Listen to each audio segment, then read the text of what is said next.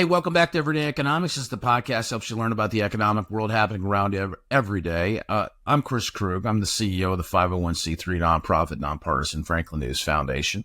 Everyday Economics is a production of America's Talking Network, and you can subscribe to all of our podcasts at americastalking.com. To support Everyday Economics, please make a tax-deductible charitable contribution by clicking the link in the show description. We're recording this episode on Friday, December 13th, 2024. And joining me as always, my friend and colleague, Dr. Orphe Divounguy, PhD economist. Dr. O, ripped directly from the headlines early this morning at CNBC was an interesting story coming out of China. And the headline reads, China signals readiness to mend ties with U.S.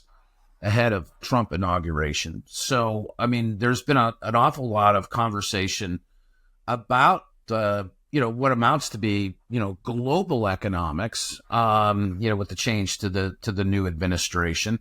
President-elect Trump has said that, among the tactics that he intends to use and, would be tariffs.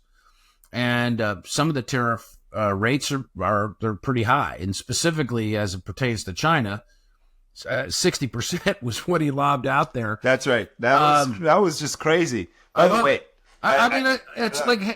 look, the man does know how to get a headline. It's, 60% tariff if I'm China, I'm sitting there going, what, how, so, I believe he has their attention based upon, things that we have been hearing. And certainly this headline would serve to validate that. Yeah, look, we haven't done our homework in the sense that I didn't go out and look at the impact of these policies myself. What are other people saying? And we can't really speculate. We don't know what the new administration is going to do. I don't want you to speculate at all. So what are you hearing, and what are you hearing from others? Absolutely. The economics are very simple, right? Potentially inflationary, and could actually hurt the economy. So I got the great work at Yale University's budget lab, where they just kind of simulated all of these proposals, and there isn't a single one of them that would actually be helpful.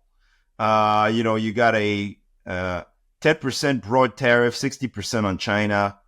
A no retaliation scenario would push the price level up by 1.6%, 1.6 to 1.7%.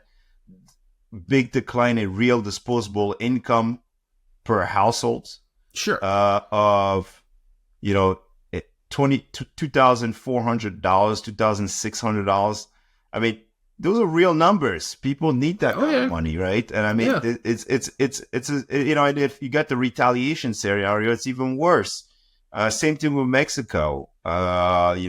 So just not good policy, right? And the loss in average disposable income from the price increases would be equivalent to $2,000 to almost $8,000 per household. Right, the loss in purchasing power. But here's the thing. All right, and it's like these are tactics. These are not implemented policies. Yeah, exactly. The man hasn't been inaugurated. Exactly. Right? But here's the problem, right? The big issue is that markets are forward looking. Yes. And when you float policy ideas, it usually has an impact, a direct impact. If the market starts to believe it, right, then interest rates adjust. Yes. Everything adjusts. All of our decisions adjust as a result.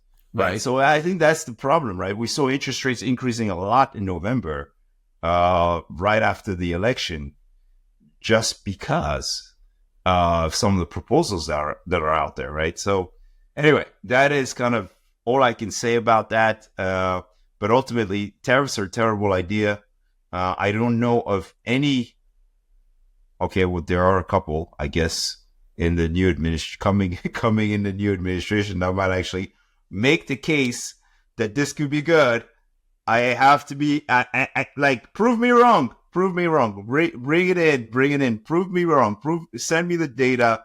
Send me the model. Send me, right? The models are just assumptions. I want to see those assumptions that get you there, because I just don't see it. Well, that's right. And I think that that's the broader point that I'm trying to make. At this point, I think you have, like pretty much every think tank that does analysis on economics looking at a full implementation of the things that Donald Trump has been talking about. Every president for the longest time has said, at least since 2000, at least, right, has said, hey, we're going to bring back manufacturing into the U.S. Right. And I just feel like this is this false promise, right? Like, we've heard it time and time again, and the world has changed. Let's just accept that and move on. There are great things that we do in this country that we do really, really well. And there are things that are better off done elsewhere. That's it. I mean, look at our iPhones. All of the ingenuity that is put into this iPhone, produced right here in the United States, and then all of the assembly takes place somewhere else. And that's okay. It made the iPhone really cheap. I have a computer in my pocket. I can I could work from home. I could work from my car. It's amazing, right?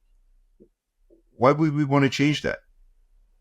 Well, I'll tell you, this is a story that has legs, and it will continue to evolve. And my recommendation would be to everybody to just chill. Let's just see how this unfolds. I mean, I know that the forecasters have to do the forecasting, otherwise, what are they doing? I mean, they're kind of out of a gig. There's a lot to be determined here, and I think that what we're seeing would be the tip of the spear in terms of negotiations, and I think everybody just needs to remain calm. All is well. We'll call it good there. Good to speak with you. Always. You got it. For Orphe Divounguy, this has been Chris Krug. Subscribe to Everyday Economics and dozens of other quality podcasts at americastalking.com.